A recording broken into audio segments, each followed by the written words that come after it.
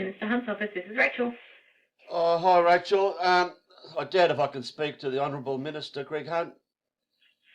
No, unfortunately, that's not going to be possible today. Can I take a message from you? Oh, today? Well, if I ring tomorrow, could I speak to him?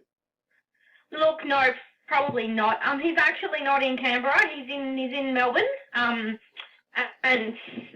Yes. Look, I'll take a message, or you can put your concerns in writing. Okay. Can you just pass this on? I've got some advice I can give him. Yep, sure. To cure this coronavirus problem that we're having here in Australia.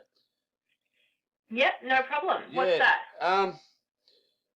Have you heard of a country called Vietnam?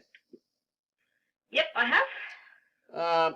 Population of 97 million that borders China. Yep. In 6.5 months, they have had 0 deaths. Maybe Greg and Scott Morrison and Daniel Andrews might want to ring someone in Vietnam and ask them what they're doing right to have 4 times the population of Australia with a 0 death.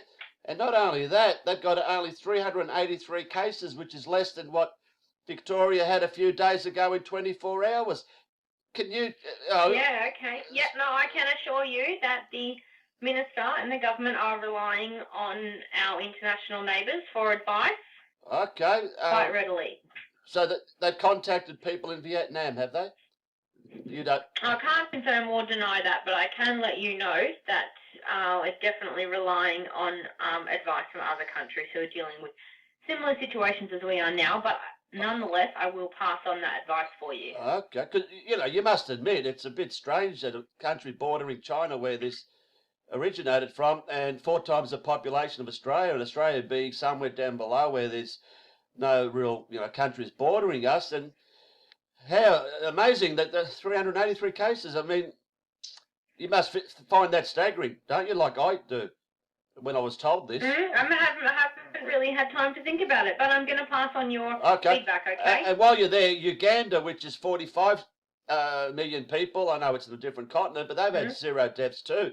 So I'm not sure why Africa all of a sudden, are free from this virus when they're third world countries, and you can even go to Cambodia, which is 16 million, and they've got no deaths, and Papua New Guinea, Papua New Guinea just above, they don't have the hygiene that we have, but for some reason, there's no panicking there, there's no lockdowns there, there's no mask wearing there, and they're surviving.